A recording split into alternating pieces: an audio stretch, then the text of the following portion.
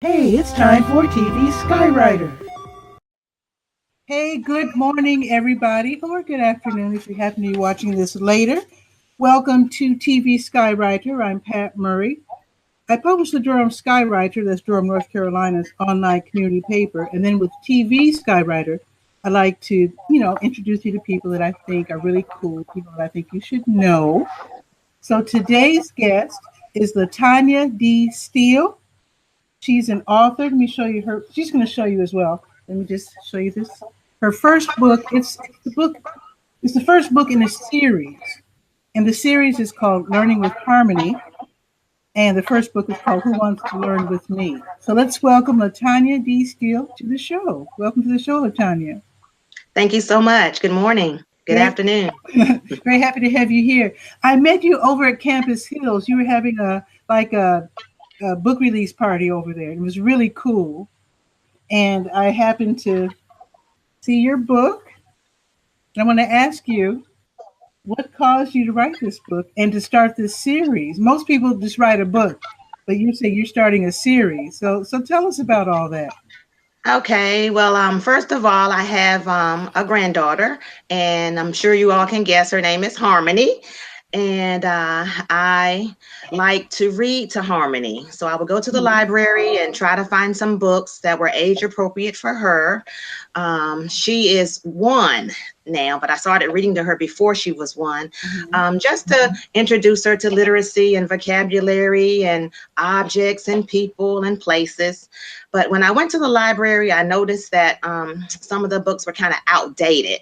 And I spent a lot of time searching for books, talking about alphabets and numbers and colors, just the basic, just to introduce her to some things. I noticed some of them not only were outdated, but didn't have enough information in it that I thought would be suitable for her, or they had too much information in it. And also, it was difficult to find books with people in it that looked like her. So I wanted to find a character that was African American in the books as well, along with others, just to introduce her to diversity. And I had trouble finding that. So I decided that I was going to write my own books just for Harmony, because I thought that I could do a good job and that also she would enjoy it. And then as I was writing the books, I started thinking, I was like, these books are really good. I think other people can benefit from these books as well. We have Dora. So I said, Dora is Hispanic and they have really good books for, with her in it. So I said, it would be really cool to feature Harmony in a book, and others who look like Harmony or don't look like Harmony could purchase that book as well. So that's when I started thinking about publishing the book for others. And the book series came to mind because I didn't want to just do one book. I wanted to do a book that incorporated everything that would be helpful for the little ones as they prepare for kindergarten. So that's why I decided to make it a book series. Awesome. I'm surprised that in 2018 that moms of color find it hard to come across primary type books for their kids. I'm really surprised by that. Yes, but I'm noticing as I join more groups on Facebook and Instagram that more and more people have realized that and have started making more books with little African American boys and girls in it. So I'm really excited to be a part of that.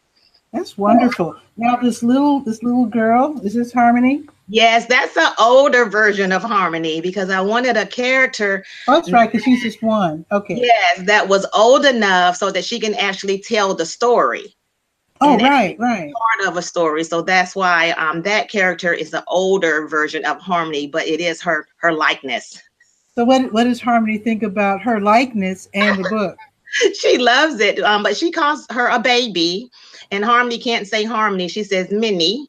Aww. And then with Penny, she says puppy. So she can definitely recognize the character of being her and the dog being her dog, Penny. So Penny is her friend, her pet, and another main character in the book. But we will eventually start introducing other characters who would be, different ethnicities in our future books. That's awesome. Now, one thing I did notice about your book is that it's workbook size. I'm used to seeing a lot of books for the very, very young, being like 3 by 5 or 5 by 7 or whatever. And Yeah. I like the fact that this is nice and big. Yes, we actually have two different sizes. The book that you have there was our book launch edition where we actually had the pictures and the words on one page, but the other books that we have published are they're 8 by 5 books, so they're a little bit smaller and they're more on the Oh, square side. And we have paperback books and we also have hardback books as well. So we have 3 books, and these books, the pictures are actually separated from the words, and the words are actually larger so that you can see a bigger picture in the oh, words. Yes. So we wanted to make sure, the characters jump off of the page and the words are big enough so that as a child is learning to read, they can actually see the words clearly and be able to follow along nicely. now I wasn't aware that you had more than one version. I Yeah. think that's probably the most clever thing I've ever seen in children's books. Yeah. Wow. Because let me show the audience or the viewers. So the version that I have, okay, so there's the drawing and then the words are not as big. Right. So this would be the version that the mom or grandmother or grandfather, uncle or whatever would read with the child, right? That is correct. I have the books posted for 0 to 4 years old, but actually these books could go up to age 7 or 8 because what I'm noticing is that some of my purchasers are not just buying books for them to read to their little ones, but for their siblings to actually read to Oh, the okay. little ones. And I've also had some people purchase the books who were interested in translating the books to Spanish for practice Okay. with their Okay. children. So they're being used for a lot more than what I thought they would when I originally wrote and published the books. I like the sibling idea because if you're like I grew up with an older sister. My sister is 2.5 years older than I am, and I would try to read her books. Mm-hmm. And so Yes. it makes sense to cater. Very often when you talk about children's books, they don't mention the siblings. They just act as if everybody just has one kid. That's right. Whether it's parents and just grandparents reading the books, but also we have an ebook version because when I was doing my research to talk to people about my idea of writing books, I had people tell me, well, not everyone read hard copy books. And I was like, well, that's a good point and that's okay. And I have no problem doing an ebook version of my books. But what I found out is that, the ebook is actually available on Amazon Kindle.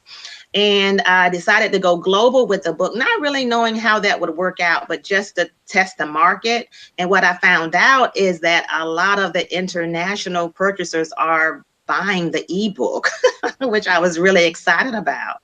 That's clever. So what's the layout? So you can read it on your you said Kindle. What about if you have like an iPad? You could, yes, iPad or tablet as well. Your So cell phone. okay, so is the layout the same? The big words version or the smaller words version is on Uh, the Kindle. you'll see the picture at the top and then the words underneath it as you scroll through. But the words are bigger because it's transferred over from the regular books that are published, the smaller Okay. books, the 8 by 5s. Okay. Mhm. So I don't know a whole lot about the publishing business. Is this considered self-published or you're working with a company? I actually created Learning with Harmony LLC as a company to actually be the publisher of the books. So we publish the books through my company. And we use Create Space, which is Amazon, and then for the paperbacks and for the ebook, and then I use Ingram Sparks for the hardcover books because Amazon does not produce or print hardcover books. Okay, so explain how the hardcover works. That's a separate company. Yes, yes. So that because with the younger kids, as parents are giving the books to them, we wanted a book that was more durable. So the hard covers make it more durable. So they can throw them around, they can chew on them. Hopefully they won't, but if they decide to, the books would last for long times. And also, some of my customers are daycares and churches who have daycares or preschools, and they only want to purchase hardcover books. So that's why I have that version available as well. So they're really sturdy and thick, as you can see. Wow. They don't bend. Yes. You have thought about it. Yes, I tried. Wow. So is there going to be a, what do you call that? You know, the where you listen to it, the books on Yeah, audio books. Yeah. You know, I teach at a community college, and I actually use my marketing students and my management students as my focus group when I was coming up with this idea of the book, because a lot of them are younger adults with children or siblings or nieces and nephews or grandchildren. And I found out that some employees of my students would actually bring their kids to work, and they would go into like the break room and notice that their kids are listening to books via YouTube. So I thought that's a really good idea, and that's something that I had thought about. Yes, at the time. Yeah. Or, if, parents are cleaning the house or people are doing other activities, for their older children, they can actually give them, a tablet where they can actually hear the book being read to them. And that is something that I'm thinking about in the future. So are they listening to the books and doing something else? Or do they have the book in front of them and they're reading along with their fingers or whatever? Someone is reading the book to them and turning the pages in the video for them, as far as if it's something that's on YouTube. But if it's something that's just audio, they would hear the person reading the book to them. Okay, because I was thinking that would be a good way to teach a kid how to read if they had the book in front of them. Exactly. And see, with our books, because they are interactive, we would actually have to have the video component with it so that they could see the pictures as the person who is reading the books, ask questions that are written in the books, or come up with their own questions and use their own creativity and imagination as they're going through the pages of the book. Okay. I remember when I was a little kid watching shows like Sing Along with Mitch Miller. I'm going way back. Okay. I'm going way back. But we would hear the songs. Okay, Mitch Miller was a singer, and he had a bunch of, I think it was mostly a male chorus. I don't remember ladies on the show. And come to think of it, I remember when Sesame Street first started, I recognized Bob. Bob from Sesame Street? Yes. He was on the Mitch Miller show. Okay. I recognized him immediately. But anyway, as Mitch Miller's group was singing, they had the lyrics on the screen. Okay. And then they said, follow the bouncing ball. Ah, okay. So as they sang the lyrics, the little bouncing ball would touch on the tops of the syllables as they sang. And I thought that's a really good way to learn lyrics and learn songs. That's a good idea. And because I was so little. Yes. I mean, I was learning how to read that way too. That's right. That's smart. Thank you for sharing that. Yeah, follow the bouncing ball. I still remember that. Yeah, so you can have them follow Penny's bouncing ball. Exactly, because Penny has the ball in her mouth, right? Yes. Let me ask you about these delightful drawings. It says illustrated by Rana Haj Iqbal. That's correct. And I found her via Facebook groups. I joined a lot of authors, illustrators, writers, publishers, promoters groups in Facebook when I was doing my research, just to learn more about the industry, about marketing, publishing, and so forth. And then I found myself needing an illustrator. And she kind of jumped out at me as I was going through because of her artwork, and she specializes in African American characters also. And I reached out to her and shared with her what my thoughts were, and asked her if she would be interested in the time frame as far as trying to get the book completed by my book launch date. And she said that she could do it. So I asked her to send me a sample of her work. I sent her a picture of Harmony. And that's how we got started. And I never met her in person. I've never seen her in person. We communicated via instant messenger for the entire book. Yes. I, Yes. Even I'm with the guessing. time zone issues, we were still able to manage. I was just going to ask you. She's not in the United States, right? No, she's not. She's out. Where is she? Like Middle East? She's in Or, Pakistan. that is wild. Yes. Very sweet woman. Pakistan. Very sweet. Amazing. Yes. And she's going to actually be the illustrator of all of the books that are in the series for me. And she's starting the second book already. This internet is incredible. It's amazing. Wow. Yes. It was a great experience. I had no problems. I would recommend it to anyone who's interested in not just working with people who are next door or nearby. Nice. So when it comes to this book business, this publishing business, is this something that you're just now learning about? You said you were learning about it on Facebook, but you had no inkling that you were going to do this until Harmony came along? That is correct. Never even crossed my mind or thought about it. I always wanted to establish a company for my daughter because she's graduating from college in social work. And I said, I need to come up with a company to get her started to see what she wants to do as she gets, her degree and then starts her career. So that's when I came up with the company name, learning, the learning with Harmony, because with social work, she can use that in any way possible. And so that's when I decided to just branch off and have a part of that company be the publisher as well. But we also are interested in doing events for children's parties, like book reading, arts and crafts, bouncy houses, ball pits. So we can do a whole lot with this company and not just publish books. Yes. Yeah. Don't you have some stuffed animals? I do. A lady actually made these for us. She's in California and she's Caucasian and she specializes in African American crochet dolls as her specialty. And I found her on the internet. Never met her in person. Never heard her voice. We communicated again via instant messenger and email. And this is our Harmony character here. And I take her to book readings, events, fairs, and festivals.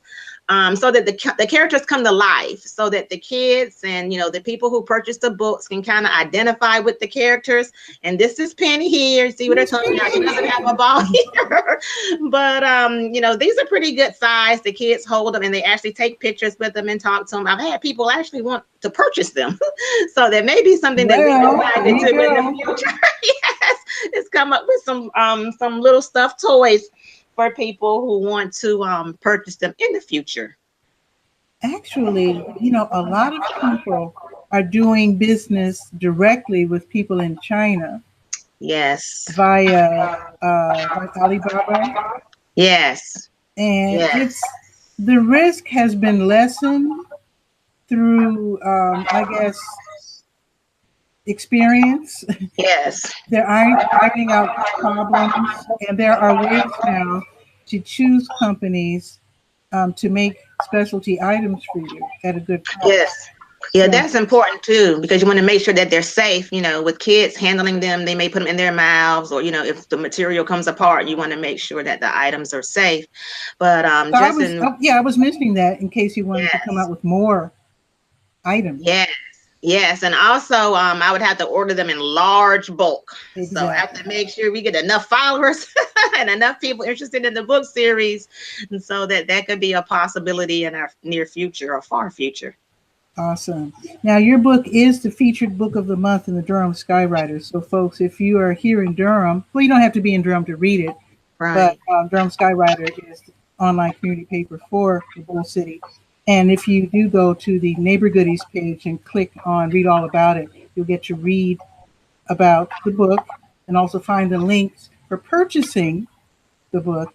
And that's another thing that I think is so remarkable, that a person can write a book and make it available on the biggest stores that are online, like Amazon. Yes, and Barnes and Noble. It's just, to me, I'm still amazed. Yes, and I spoke with a manager at a Barnes and Nobles in Durham. She's very interested in getting the books on the shelves because right now the books that are at Amazon and Barnes and Nobles are print on demand. So they don't have the books in the stores. So in order for me to get them in the stores, I can schedule a book reading. They will order the books and have them available during the book readings, but they'll also put the books on the shelves. So I'm really excited about that opportunity. Yes. Yes. And independent bookstores are going to be my next step to see if I can get them in their stores as well. So they can have physical copies. So when people walk in, they can actually take them away. But for anyone who wants one without going that route, they can actually get them from our website and I will ship them out. Okay. To them as well. And I go to book fairs and festivals. I'm actually going to one tomorrow in Raleigh, the Kids Expo. So I'm excited. I wish I had known about that. Yeah. I'm actually going to be in Burlington selling my toys and games. I didn't know about the event in Raleigh because I don't know if the viewers here know that I also have Pity Pat Crafts. I make toys and games. And I had no idea about the event in Raleigh. That's okay. Yeah, it'll be more. So when it comes to your whole business model, so are you going to be like an all-encompassing, all under Learning with Harmony with the books and you said the special events and the toys, and it's all going to have the same theme of learning how to read and numbers and colors and all that sort of thing? It's all going to be, or do you see it expanding as Harmony gets older? I think it's going to stay that route. It's I look at the business as an educational services. That's what we provide in some sort of way, whether it's preschool or whether it's for fun, family and fun. Yeah. So educational services is how we kind of brand our business, but it will all be under Learning with Harmony. You know, the nice thing about it is that you started it so soon, so early. Harmony is still only one. Yes. A lot of people start writing books like this when their kids are in kindergarten. Right. That's right. I started thinking ahead, because I told you that I teach at a community college, and what I've noticed in the students who take my business courses is that some of them can't get to my business courses because of developmental reading issues. And I started thinking, what can we do early to make sure that this doesn't happen when our children reach the age that they're at the college level. So I said, I think we need to get them real early. So let's start at birth. And another thought of mine was that as Harmony grew up was to start writing books for the next age level, 5 and up. But as I spoke to my marketing students and my focus groups, they told me people are going to always have children between the ages of 0 and 4. And if that's where you feel the most comfortable and that's where your passion is, then just stay there. So that's what I plan to do. I think it's a wonderful idea. I like the idea of starting really, really early because unfortunately, a lot of kids start behind. Yes. I was real lucky. My mom was a kindergarten teacher. Okay. So I was real ready for school when it was time. Yes. But a lot of kids, for some reason, the parents just don't value education, or maybe they didn't get far in life because education didn't work for them. And so they figured it's not a big deal. Right. I actually met a child once. I think legally you can skip kindergarten. I think kindergarten should be mandatory, but anyway, be that as it may. His parents didn't send him to kindergarten because they didn't have to. Oh, okay. And so he was starting school at he was almost 7 in first grade. He didn't know any letters or numbers because his parents figured he'd learn it in school. Exactly. That's the problem. People think they're oh my God. 7 years old, he didn't know anything hardly. Right. So he didn't have to. Yeah, because they're expecting you to already know these things when you get to kindergarten now. It didn't used to be like that when we were growing up. They taught it to us in kindergarten, but now you need to know your letters, at least 1 through 10, how to recognize your name, some primary colors. And I was like, we have a lot of work to do to get these children prepared for kindergarten now that we didn't have to do before when my kids were little. Yeah, because it's really not even fair in a way to to even pit these kids against the kids who aren't prepared, because one reason why a lot of kids get into trouble is that they realize that the other kids think they're dumb, or they might feel dumb because they can't keep up, and they start acting up. Right. And if you never catch up, it's just really tough. It's difficult, and I see it by the time they get to the the college level. Yeah, so we need to start early. So that was another reason why I thought let's hit them, right when they're born. And people don't realize that you can start reading to your children when they're in the belly. Mm-hmm.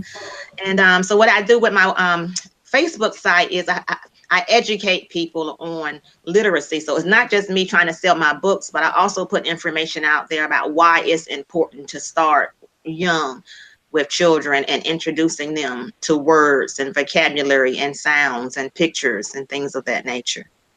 Oh, so you can go to Facebook and go Yes. to Learning with Harmony?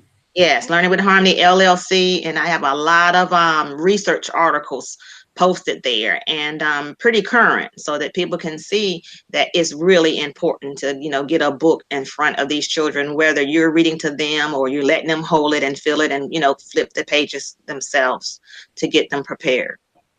Okay.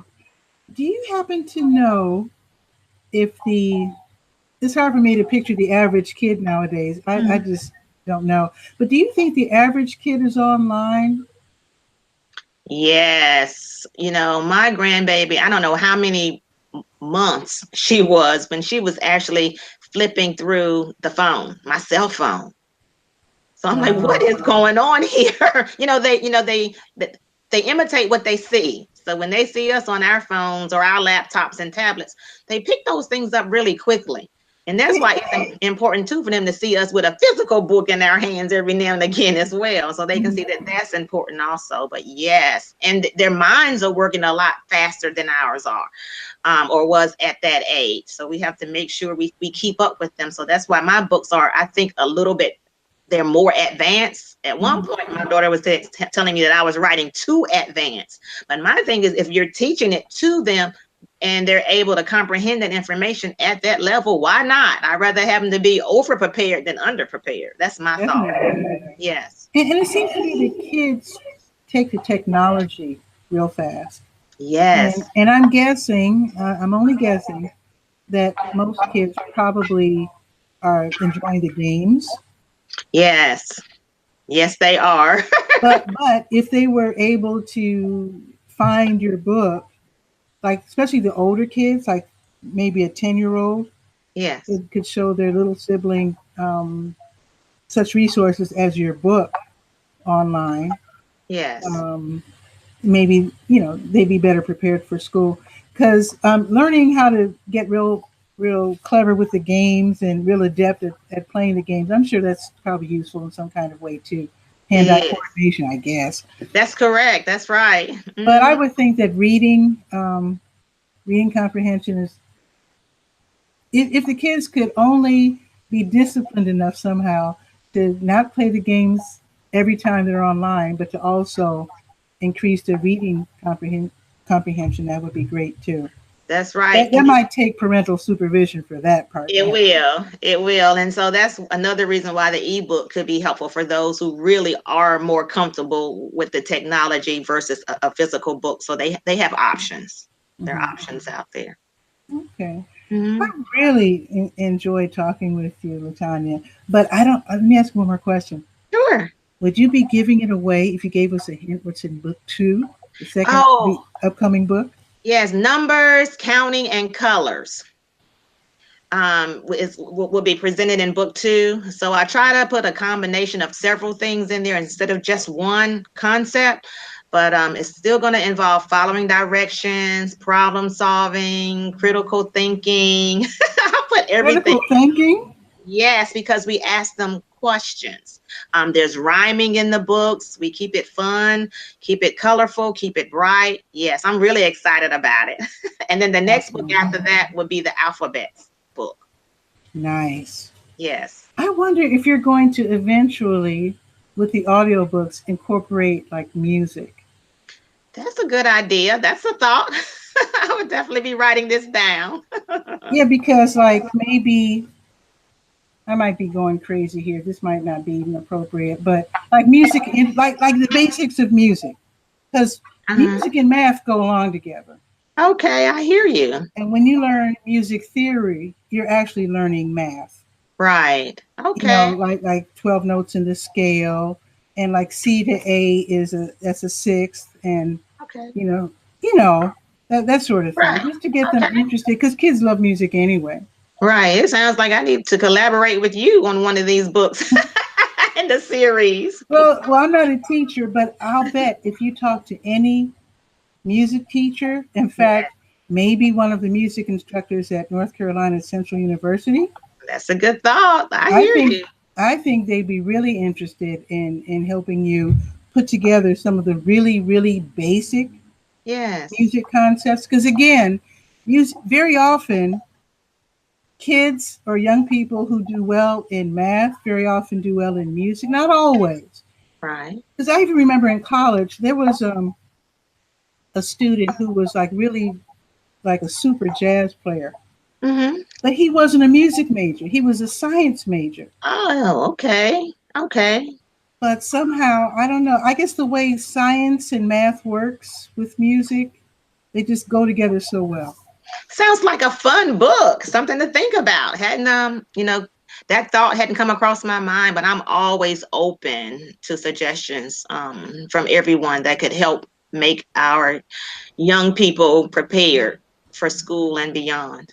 Okay, I'll try to connect you with a couple of people that I have in mind. All right, perfect. Okay, so thank you again, LaTonya. Okay, folks, we were talking about this wonderful book series, and you can hold up, yeah, hold up both of them for me, please, Okay. while I talk. So this is the first installment in the Learning with Harmony series by LaTonya B. Steele. The first one is Who Wants to Learn with Me? So be sure to check out the Facebook page, which Yes. is Learning with Harmony, and also check out the website and buy the book either directly from the website, but you know it's also available on um, Amazon and Barnes and Noble, and soon locally at Barnes and Noble, which is really Yeah. awesome. And I have to ask you this final question. I was always told that self publishing is bad because you can never get the book into a real bookstore. Yes. Obviously, that's not true. I think it helps if you have a company that's actually listed as the publisher versus it being the author's name. I think that makes a Oh, difference. And also, it depends on the material that you're presenting. If they think that it's appropriate for the target market in their surrounding area as well. So they have to look at all of those things. And also, you know what? People say you shouldn't judge a book by its cover. I think they're wrong because the first thing the manager did was pull up my book online and was like, oh, I love this book cover. oh my It God. looks fun. And you're filling a niche, Yes. and you are providing something that's not readily available. That's another thing. Yes, that's correct. So I'm excited. Also, if you purchase the books and read them, give us a review because that helps us also when others see that someone has purchased a book and has given a review on the book. So please help us out with that as well. Oh, I think I'll do that. I didn't do Right. that. Okay, Yes. I'll do that. Thank you. Okay, folks, I hope you enjoyed the show. I want to thank LaTonya D. Steele again for being on the show. Really wonderful experience for little kids. We want them to do well in school to prepare them for their future lives. Now, if you want to be a guest on TV Skywriter, just let me know. You can write to me on Twitter at Durham Skywriter or send email to durhamskywriter@gmail.com. With that, have a beautiful day or evening. Thanks again, Miss Steele, for being on the show. Thank you. And I will see you later. Ciao for now.